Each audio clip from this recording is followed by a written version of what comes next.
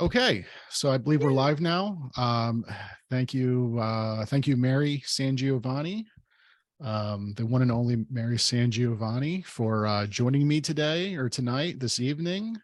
Thank you for We're having here me. to discuss your latest book, which is Alien, Mhm. Enemy of My Enemy.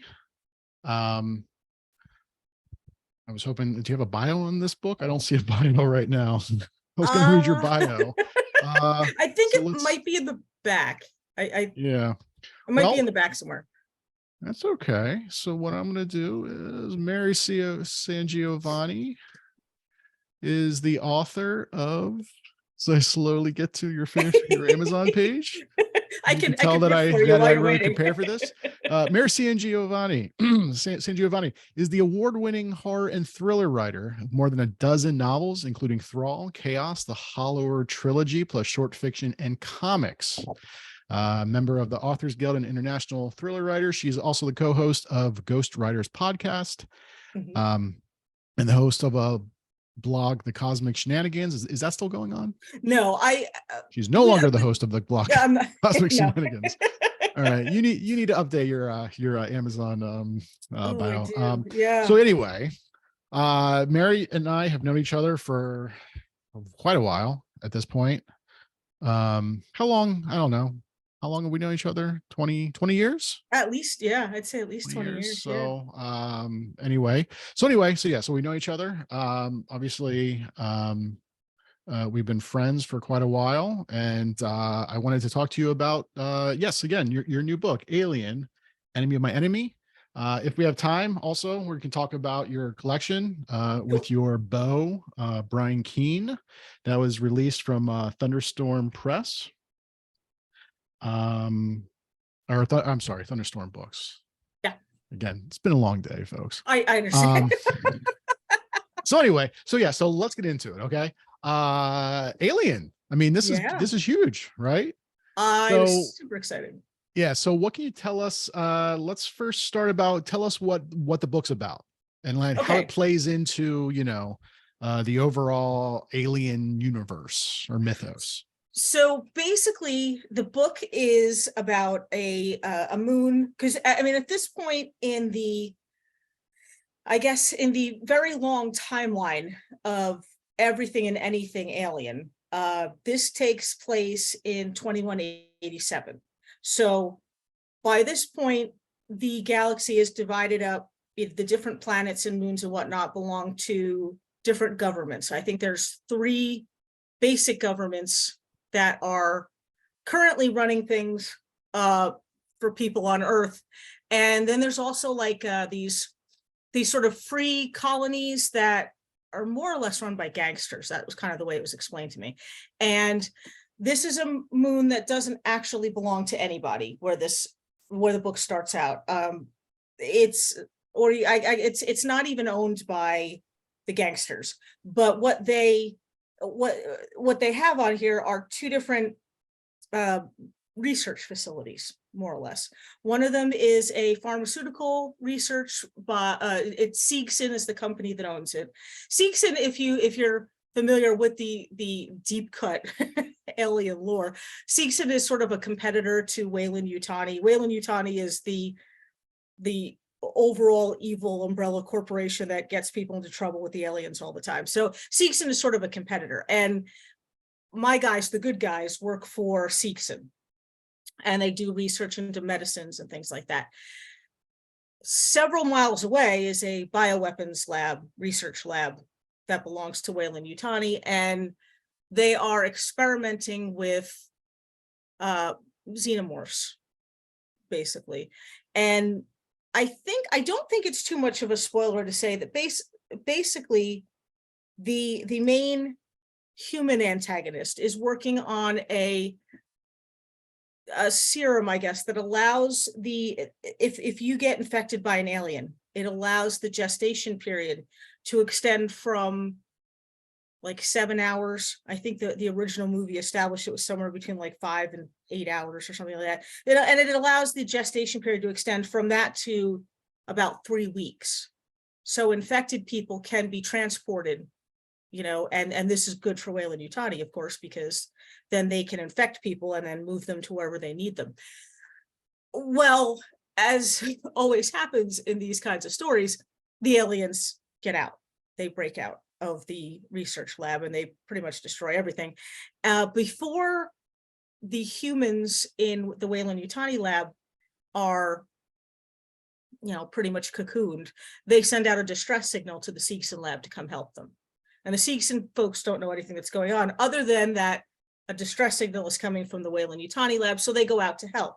Now, as if this isn't complicated enough, the moon is orbiting a dead planet. And the problem with this is that it's starting to wobble and go out of orbit. And within several weeks, it's going to crash into this planet. So the Seegson faculty, or the facility there where the people that are left, the staff, is a skeleton crew. There's, I think, maybe like 5 Marines and a handful of scientists that are left over here. And so they're not working with like a big army, a big army to fight this. They're basically just the bare bones people that are left. And because the moon is wobbling out of orbit, all kinds of weird things happen, like earthquakes keep happening. There's weird electrical storms. The magnetism and the gravity on the moon are starting to shift. So that causes headaches. It causes all kinds of problems. So these people are really kind of screwed. And they find themselves in a situation where now not only do they have to get off this moon before it crashes, but they have to avoid getting killed by the xenomorphs as well. And while they're waiting for their ship to come and rescue them. So that's kind of the basic setup there. And I'm sorry, I talked so long, I forgot what the second part of the question was. Well, so basically I was just asking overall, I mean, like, what is the story about? What's this particular book about? But so how did this come about? I mean, the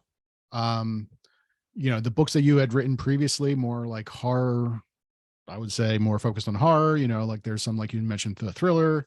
You've done some work for DC. Mhm. So you've done some like comic book work. So you've worked with, existing, I guess, IP, intellectual property. You received an email one day, Titan Books or 20th Century Fox reached out, or like, can you talk about how, like, this kind of came about, like how you got this opportunity to, work on Aliens novel? That's the thing about it. Any kind of media tie-in stuff I've noticed, and it also kind of goes, I think, for comic books. A lot of it is networking. I think that's why when I talk to students about, getting to know other people in your industry, this is one of the reasons why networking is important. Titan fairly recently acquired the rights to the Alien properties. I think they'd already had Star Wars. They got Conan, and they got like 2 or 3 other properties. And finally, I guess, this is a good thing that's happening across publishing. They wanted to bring in more diverse voices to work on these different properties. And they figured with Alien, they wanted to start by bringing in more women writers, which I think makes sense, because if you think about it, in Alien and arguably the even more popular sequel, Aliens, you have a female protagonist and a female antagonist. I mean, it's a story about women, involving women. So having women write about it makes sense. And there have been women periodically, like I think Yvonne Navarro did an Alien novel once. The book right before mine in the series, which I'll get to, that was written by a woman. So they're trying, and of course, Vasquez is written by V. Castro. So they're trying to bring in more women to work on this particular franchise. Well, they weren't quite sure who to reach out to. And author Weston Oakes, who does science fiction and military fiction, and horror, things like that, he had suggested me. And, I'm very grateful that he did. I was very appreciative. So I contacted them and I said, I hear you're looking for, female writers to work on the Alien franchise. I know the franchise. I love it. I'm thrilled. I can do this. Basically, I can do this. Give me a chance. And what they had me do was they said, well, we see that you worked in horror, but have you ever worked in like a sci-fi horror blend? Well, the closest I have to a sci-fi horror blend is one of the Kathy Ryan books. Beyond the Gate is, I'm sorry, not Beyond. Wow, I just had like a mental hiccup on my own book. There's Beyond the Door. Okay. The last one, the very last Kathy Ryan book that came out. It has been a long day. That one is a blend of science fiction and horror because it takes place in another alternate dimension. So I had to have a certain degree of science to explain how the characters got to this other dimension. And I mean, we're not talking like Event Horizon kind of science fiction horror, but I figured this is the closest I have. Let me send it. And I think, honestly, that was more so that they could see that I have, finished novels before and that I understand the basic premise of incorporating action and horror together. Because that, when we get around to talking about, what they wanted me to do with this book, they said the first movie, Alien, is a horror movie, but the second movie, Aliens, is really an action movie with horror elements. And they figured out, I guess, through market research, that fans of the franchise like it best when they can blend both together. So that's what they were looking for. So based on Beyond the Gate, I was right the first time. I'm sorry. Wow. Based on that book, they gave me the job. So I was thrilled. Yeah, and no, I mean that is awesome. Yeah, looking on Amazon here, your books, Chills, Behind the Door, Inside the Asylum, Beyond the Gate. Does that sound Yes, right? thank you. So, Thank you. okay, all right, there we go. And Yeah, everyone should check I don't those know books why. out It was too. like a weird mental hiccup. It sounded wrong in my head for a second. I was like, All wait, right, wait a so minute. so you got the gig. At Right. which point you said, like, I mean, with writing tie-ins, obviously, you're writing in someone else's basically sandbox. So you got to kind of Mhm. follow certain rules. So, like, how much freedom did you have here? Like, were you able to create certain characters? Did you have to follow, like, I mean, did they say this is what we want the book to be about? I mean, like, did you have to present an outline first? You know what I mean? Like what was that process once once you got the gig and they said, okay, you got the green light?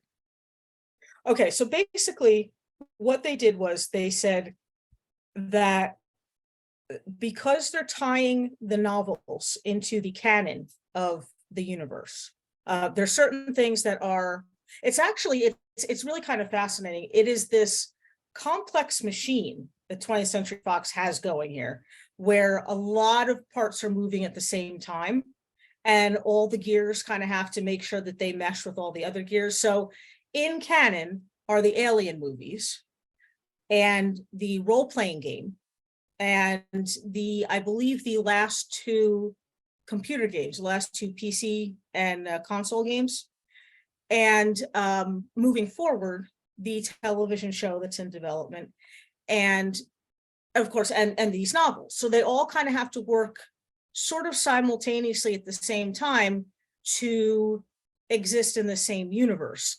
So they gave me a lot of materials. I mean, I couldn't have asked for more help. They gave me a contact person if I had any questions about the franchise itself, anything about like dates, was this planet still in commission, during this time, down to like the minutest detail. Like I asked about which quadrants of the galaxy belong to which government, and I immediately I got two links actually with videos that are considered, I guess, officially, sanctioned by the 20th Century Fox about where, which parts of the galaxy are owned by which government. So they gave me everything I could possibly. They gave me a timeline from 2012 to like 2387, I think. And they basically told me, they said, your story has to include it's got to tie up certain loose ends that are at this point in alien history, I guess, at this point in alien history are unresolved. And so you have to address, he says, even if it's in the background, you have to acknowledge that these certain things are happening in the universe. And if you can, you have to tie up certain loose ends.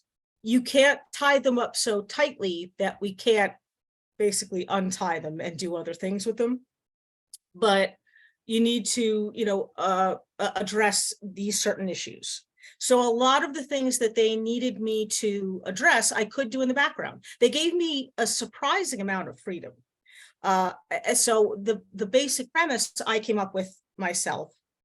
I just had to make sure that I was staying true to the events as they had happened up until this point, and that I wasn't stepping on the toes of the TV development folks or the RPG folks or anything like that.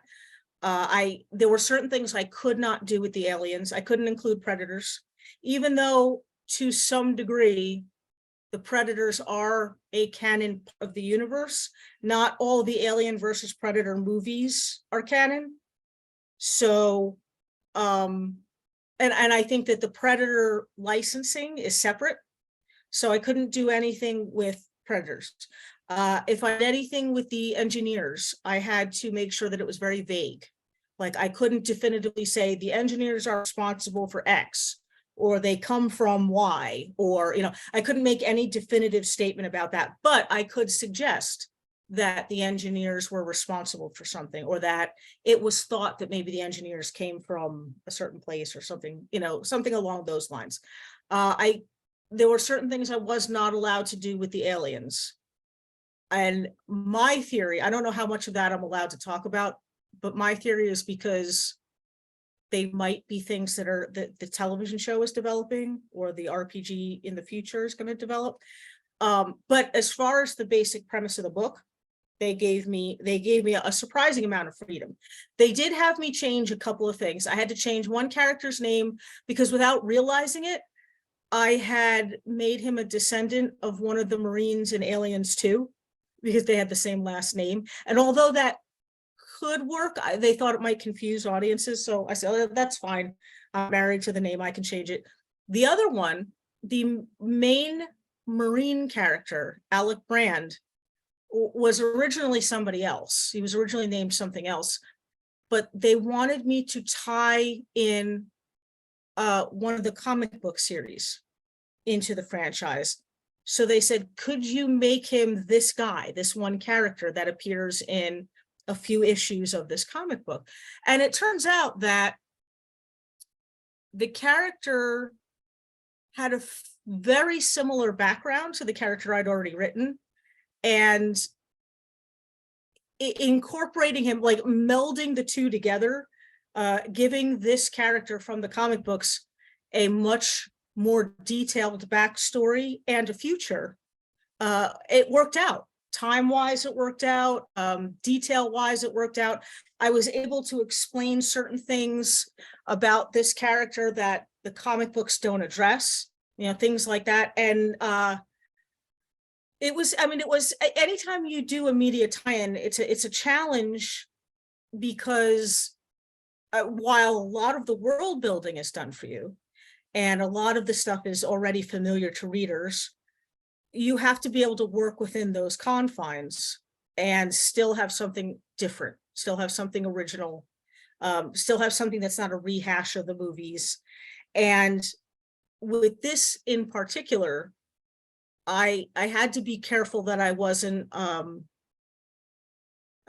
changing anything canon-wise, or that I wasn't going so far outside of what has already been established and accepted that I was almost creating a new mythology within the old one. But like I said, they were very accommodating, like with this whole serum that I developed early in the book. I thought they were going to veto that, because that is changing how people might deal with aliens in the future. But they were excited about it. They liked it. The 20th Century Fox folks were like, yeah, this is awesome, go for it. And the other thing I thought they might give me a hard time about, but they didn't, was up until this point for as much of the alien stuff as I've seen, aliens almost always incubate inside of human beings. I think once you saw, depending on which version of Aliens or the third Alien movie that you see, I think it incubated in a dog or a cow or something like that. But you never see it incubate really inside other aliens, like natural beings that exist on all these different planets and things. And you almost never see other sentient alien life forms. Well, the sentient alien life form thing, they seemed a little bit skittish about. So I said, okay, but they did let me use the natural wildlife on this moon, what little there is, so the aliens can incubate in them. And there is one alien in the book that is I guess a sort of blend of the DNA of like the main predator on that planet and a xenomorph. And that was really cool. They let me do that. They let me use biodrones, which as I understand it, have only been used so far in the video game. And the biodrones, if folks aren't sure, they're a kind of genetically developed versions of the xenomorphs. They're smaller. They're just as vicious, but they're not quite as strong. And they were originally developed to die quickly, but they seem to have found a way around that. So it becomes evident eventually why the title is what the title is. I don't want to give too much of that away, but yeah, no, I mean, they let me work as long as I was within the confines of the information they had given me, and as long as I addressed the unresolved social plot points, even if it was only in the background. They kind of gave me a freedom to sort of do what I wanted. I did have to submit an outline. Titan had to approve the outline. 20th Century Fox had to approve the outline, and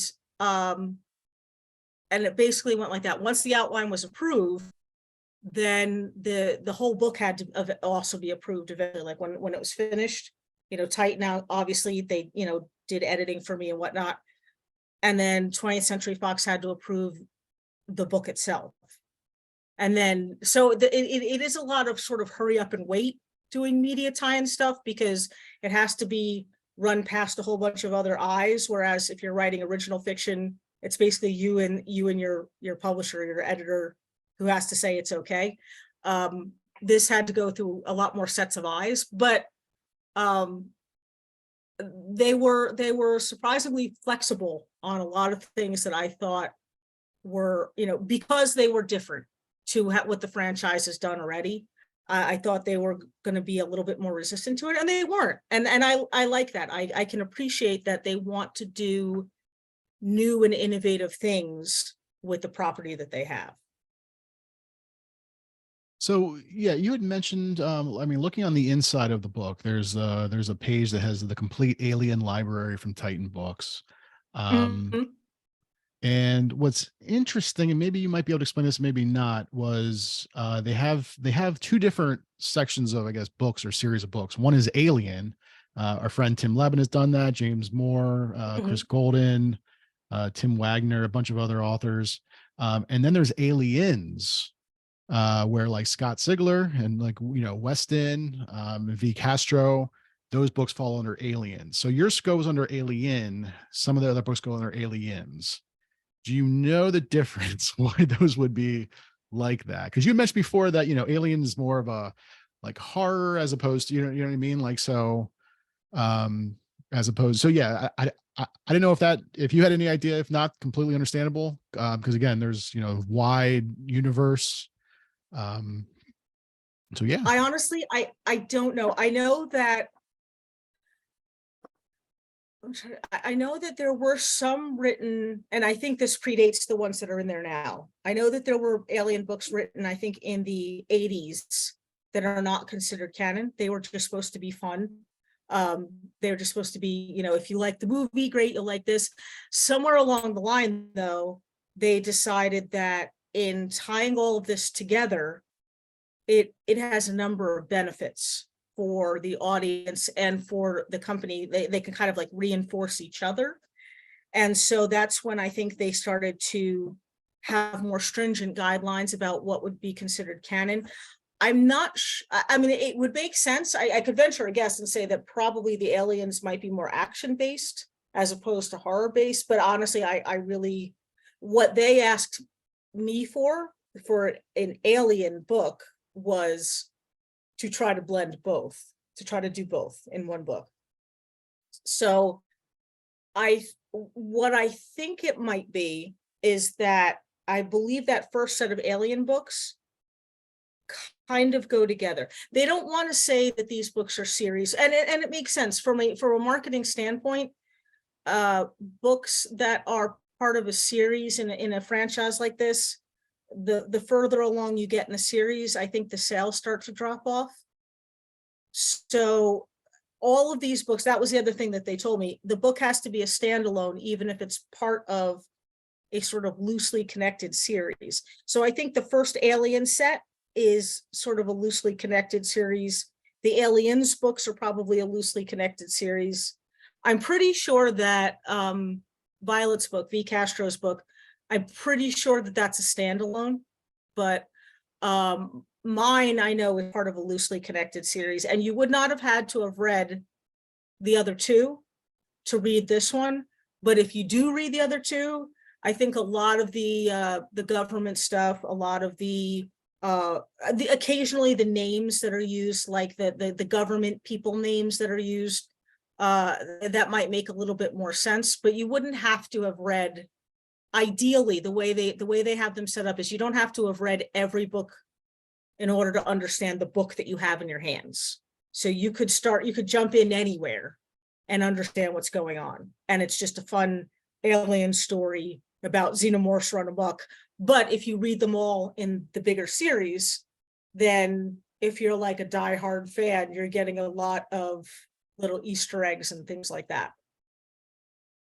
So when you describe like the aliens in here, are there certain ways that they were like, you have to describe them? I'm trying to think, someone else who had written some type of tie-in.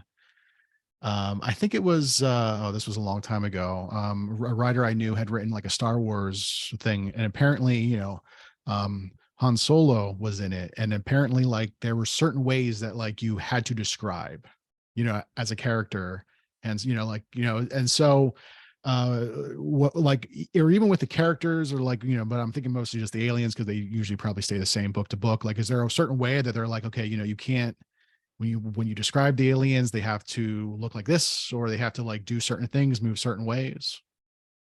Well, it's funny you ask, because if you look up xenomorph on Google, let's say you get a Google search, there are variations from movie to movie.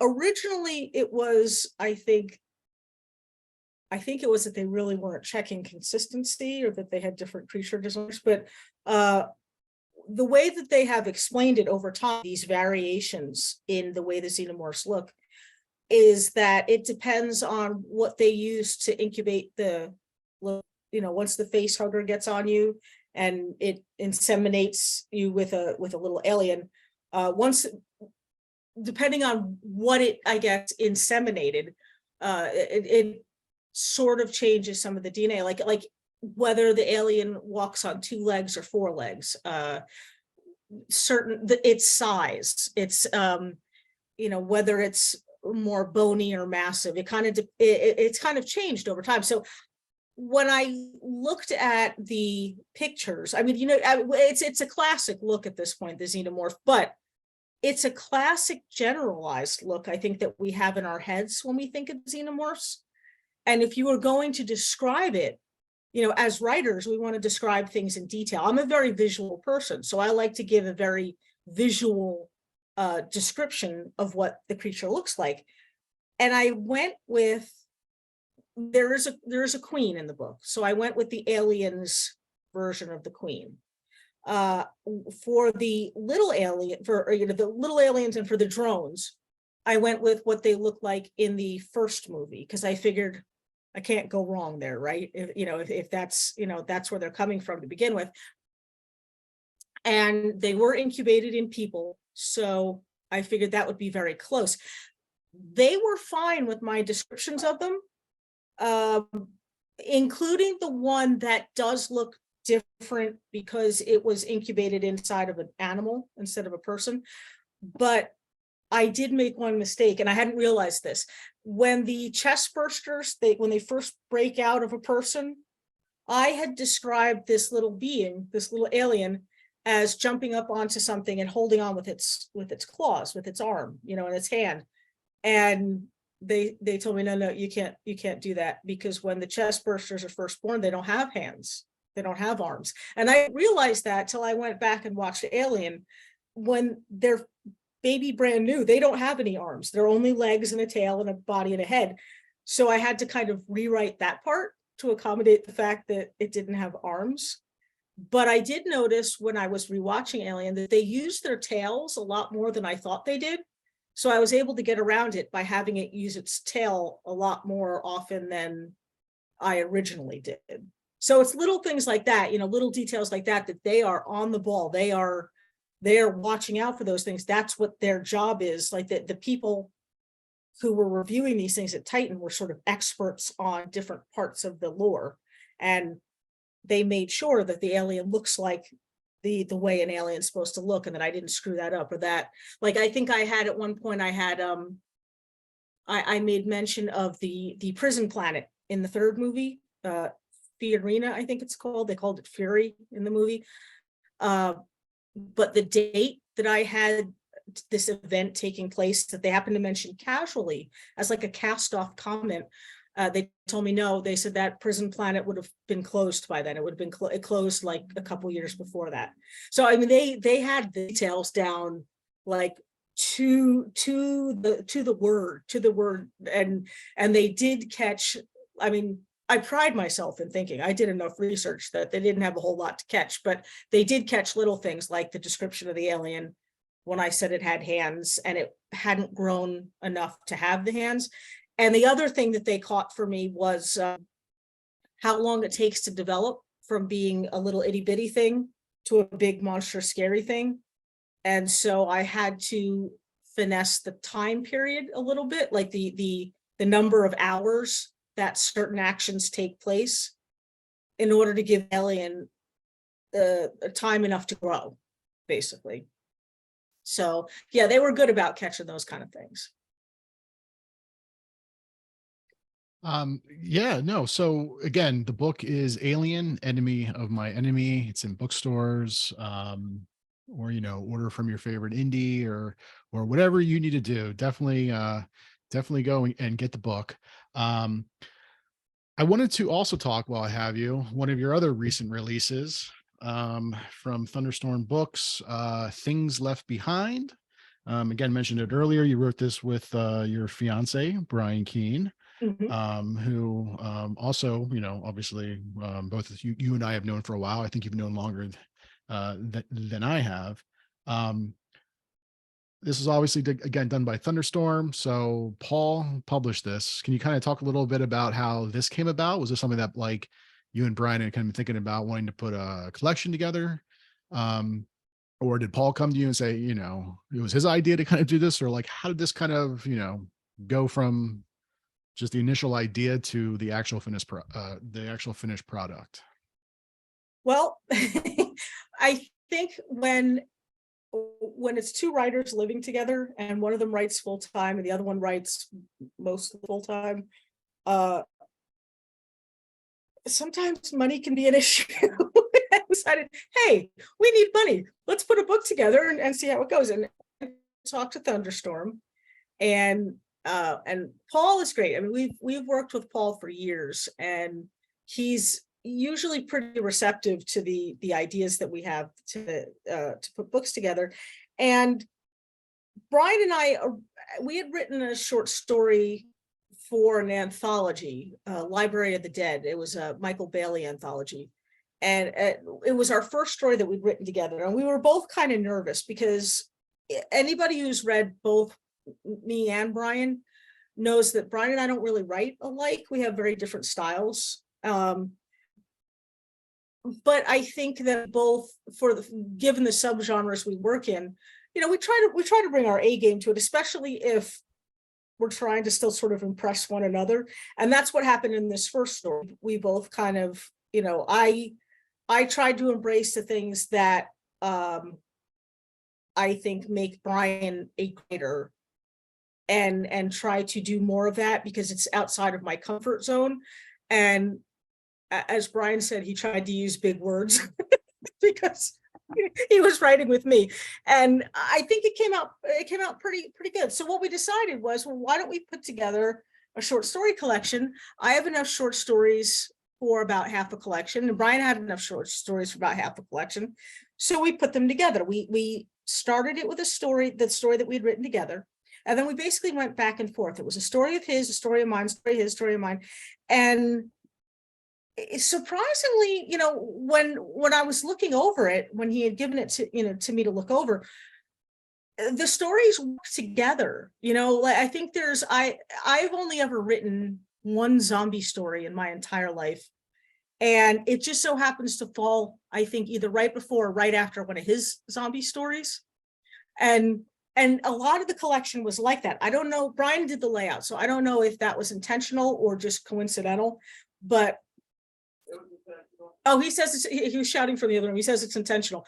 That if it was a story like around the same idea or the same theme, we'd see like his version of it, and then we'd see my version of it.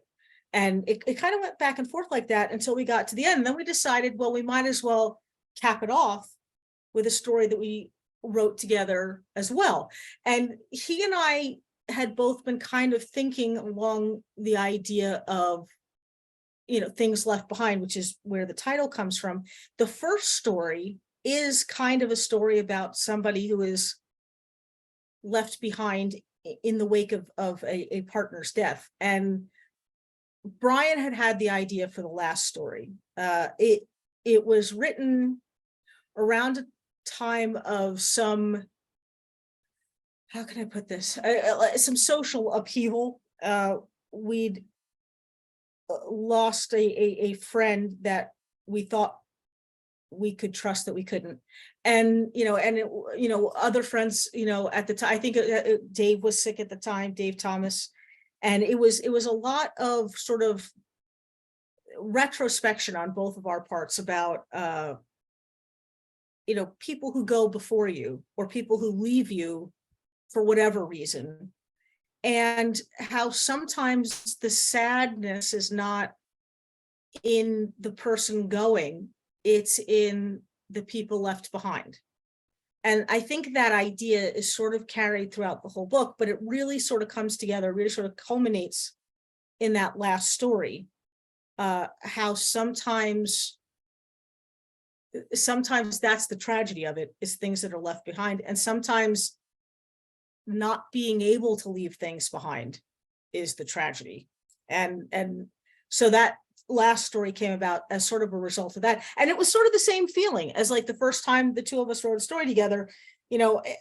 Even that last story, it takes place in different time periods, and we bounced it back and forth. One time period Brian did, and then I did one, and then he did one. And I think toward the end we kind of sort of intermingled time periods, but it was fun. It was a fun way of, when you live with somebody, you get to know them in just about every way possible, except the one thing that Brian and I have always done separately is writing.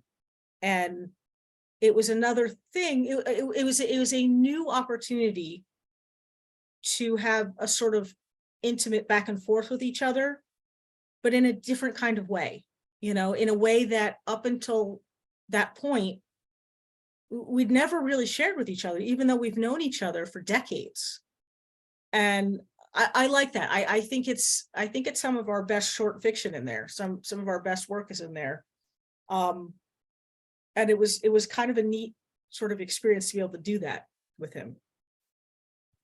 So, yeah, I mean, Brian obviously has done a lot of collaboration with other authors, but you really haven't, right? I mean, is this with Brian? It was like the only thing that you've ever really collaborated on with another author?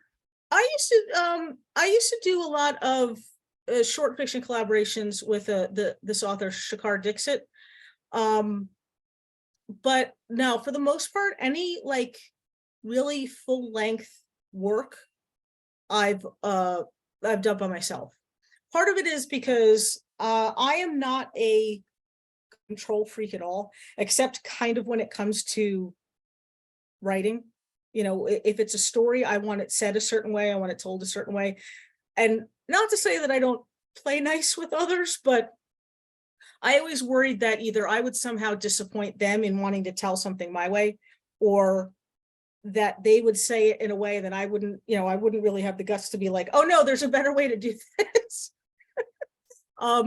So I haven't really written a whole lot, although that is changing. I'm working on a novella right now with Ed Lee, and that's been fun so far. That's a very Lovecraftian kind of thing. And it's what I've realized is that collaborating is it's a different kind of challenge for me. And you have to do that, I think, in your career every once in a while. You have to do something that is just either out of character for you writing wise or out of your comfort zone, just so you can learn new skills and try new things. And it brings a new freshness, I think, to your own work, to, you know, get out there and experiment with other people, you know. Well, in the time remaining, I do want to talk about your writing, because in the green room, I mentioned that I was probably going to ask you this. Uh, your writing style, or I mean, like how you write, not your writing style, but like your actual writing process. Um, well, I guess first of all, I don't really care for the terms, you know, plotter or pantser, but which would you consider that you are? Oh, probably a pantser, I guess. I Okay, don't, so that yeah. so that makes this even weirder. Yes. So then okay, so typically, I mean, I'm the same way, you know. I mean, I like doing the Nora Roberts, you know, vomit draft. You know, she says she just vomits out her first draft. She just kind of goes, you know, from first page to end, just runs straight through it, and then goes back later and, you know, edits and Mhm. does whatever else. Um, and usually, you know, being a pantser, you can do that because you're just, you know, going. But you and I don't even know how you do this, not, you know, by pantsing it, but so can you describe how you do this? Because it's my understanding that, like, you know, you might do chapter 1 Mhm. and then you'll write chapter 10 and then Yeah. you'll come back and write chapter 3. Mhm. Like, how does that work? I mean, yeah, like how, like, can you describe how your mind works in terms of that? Well, yeah, I could try. I mean, my mind is a very, very strange place to be. Basically, for me to, I think, mentally fully invest in a story, I have to write out the part, what I start with before anything, before the first paragraph of chapter 1. What I write out first is the scene or paragraph or description or whatever that to me encompasses the heart of the story. So I write the heart first. Usually for me, that is a description of the monster, a monster, the monster. It will be that moment in the book when the characters realize what's really going on. It could be, you know, the theory of, you know, what's actually happening, you know. It could be a description of a place. It's whatever in my mind is like that, not so much the seed of the idea, but the meat of it, the heart of it, you know, the thing that drives the excitement of the story for me. So I'll write that first, and that could be anything from one paragraph or a couple of lines of dialogue to a whole scene or a whole chapter. It's usually not a whole chapter. That's usually pretty long for me, but it's usually a scene, you know, or a few lines of dialogue. And from there, I work in both directions. It's very a cosmic horror, sort of a meta cosmic horror approach to cosmic horror. I work both forward and backward in time. And I'll write other scenes to me that support that idea. So it'll be like the first encounter with the monster, or a really creepy scene here, or, you know, a climactic battle part here, or sometimes, and in these cases, sometimes it'll be the opening, the thing that gets them, gets things up and running, that first chapter. And I keep doing that and filling. Now I take notes. I take copious notes within the manuscript, and then I delete them as I cover them, but I'll say, okay, I've established this here, so I have to remember at some point to explain this, and I'll leave myself little notes. And I'm also not a vomiter, but I am a pantser. I mean, I do, like, it'll probably take several of these scenes before I know how it's going to end. But then once I know how it's going to end, then I can go back to the beginning and fill in all those missing pieces. I think of them as bridge pieces. They're the pieces that connect all the fun stuff together and have it make sense. And those scenes, while initially maybe were not the most exciting in my mind, then I don't have that sort of like, I don't have that lull, of having to force myself through this part to get to the next fun scene, because I've done the fun scenes. I can focus on making these little bridge pieces as interesting and informative and important as the fun scenes. And I can go back and then I start at the beginning and I start connecting all the pieces together until I have a cohesive narrative. But I'm also one of those people that edits as I go along. So I never have like a real like first draft version of a novel. I have first draft versions of scenes.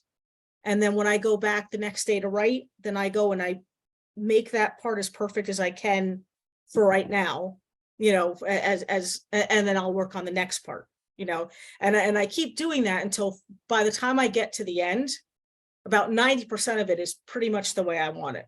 And it's really just that the last few scenes I'm working on that I have to go over a couple of times to make sure they fit. And then, I kind of take a pass and make sure that I covered all the thing, that I connected all the pieces the right way. But it's a very strange, frenetic kind of process that I know that most writers don't do it. And when I do things like the Alien novel or short, I mean, I do it with short stories too, I guess, but if I do things like the Alien novel or the collaborations or something like that, or something where I have a deadline and I've already had to submit an outline, then I tend to write chronologically. But I notice that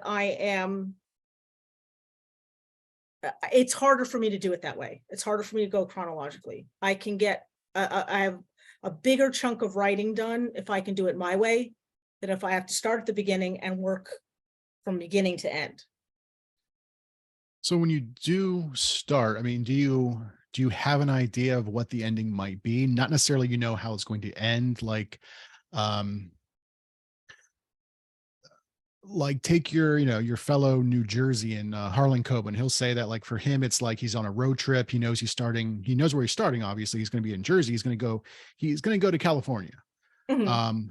But he doesn't know, how he's going to get there. He doesn't know what's going to happen along the way, but he kind of knows what his final destination is going to be, which can sometimes change as the book goes along. Like, do you feel you have kind of an idea of where you're going to be heading that could potentially change, or do you just, you don't really know how it's going to end? I I would say more often than not. Sometimes I know how it's going to end. Sometimes the end is that piece, that heart of the story that sort of sums everything up, but not often. I would say far more often, I know what I want the story to be about, and I have a good idea of who I want it to be about, like who's going to get sort of wrapped up in this particular kind of story. But I would say that I'd have to have maybe like a third of the scenes written before the end starts to come to me, how it's going to end. And usually in that, I usually only have that as far as, okay, well, these are the characters that are going to survive by the end. And if they're not on that list, at some point I got to kill them off, you know? So I have a vague idea of who's going to make it out, but I don't often have an idea of the exact end, like how I want to end it till maybe like 2/3 of the way through the book. Okay. Which I know would drive some people absolutely crazy because they'd be like, well, what if you can't end it? But I've never had a problem really where I wasn't sure how to end it. Right. once I'd gotten that far. Yeah. On Facebook, we have Paul has chimed in saying, speaking of things left behind, The Memories of Trees is my favorite in the book, and I wish it was a full-length novel. Oh, thank Any you. chance of a return to that world or something similar? I'd thought about it. I originally wrote Savage Woods as because I think that a lot of fantasy deals with fairies and fey creatures and things like that, and it's almost, it's very often like sort of romantic fantasy, and I get that there's a lot to work with there, but the real legends of forest elementals and fairies and creatures like that are very dark. They're very a lot of times very capricious kinds of creatures. And they're not necessarily evil, but they're not necessarily good either. And like, I don't think of the monsters in Savage Woods as bad guys. I think of them as natural beings. Like, you don't think of a storm as a bad guy. It could be an antagonistic force, but it's really only antagonistic to human beings. I mean, it's antagonistic in human minds as a thing that is against you, but it's really not. It just doesn't care either way. And a lot of cosmic horrors like that, like the entity is not actively trying to hurt you. It just doesn't care if you die. And so I guess it's possible. I mean, I have wanted to do something more comprehensive with those kinds of creatures, because to me, the creatures in Memories of Trees are the same kind of creature, more or less, as the creatures in Savage Woods. They're maybe a little bit more intelligent, a little bit more organized, but of the same sort of overall family of, forest elemental type beings. And I would like to do something with that eventually, but the ideas that I keep coming up with sort of straddle fantasy and horror, and I'm not quite sure what to do with that. That would be, in my mind, sufficiently different from the fantasy versions of these creatures. Like, I really need to come up with, I think, an idea, that heart of the story, the thing that drives it, and I haven't yet. But I have in the back of my mind been, you know, kind of keeping that in the back of my mind, that I would like to do something with those kind of creatures again. Great. So, in the time we have left, what else, like, well, what can readers expect next from you? Do you have anything coming out soon? Anything you're working on that you want to mention? Well, I'm working on that Lovecraftian novella with Ed Lee. I'm excited about that. I have a cosmic horror haunted house novel, which I absolutely love. It is it's with a publisher right now. I don't have any definitive news on that, but hopefully that'll get greenlit and I can get that out there. I'm also working on a novella, which is a little bit like, if anyone's ever seen the movie Attic Expeditions, if you could combine Attic Expeditions and like Dreams in the Witch House and kind of push them, it's a novella like that. So I am working on things, but there's, well, yeah, I guess I'm working on getting a few different things out there. So, All right, great. but the alien book is um the one that's out now. The one that Abs- I'm sort of focusing on now. Absolutely. Again, folks, Alien, enemy of my enemy, in bookstores, order it. And also, Things Left Behind, are there still copies left of this? I believe that I think that there will be new paperback copies coming out soon, but I Okay. don't know when. I mean, I Mary believe is getting Brian's working married. on that. Mary is getting married. It's a tongue twister almost.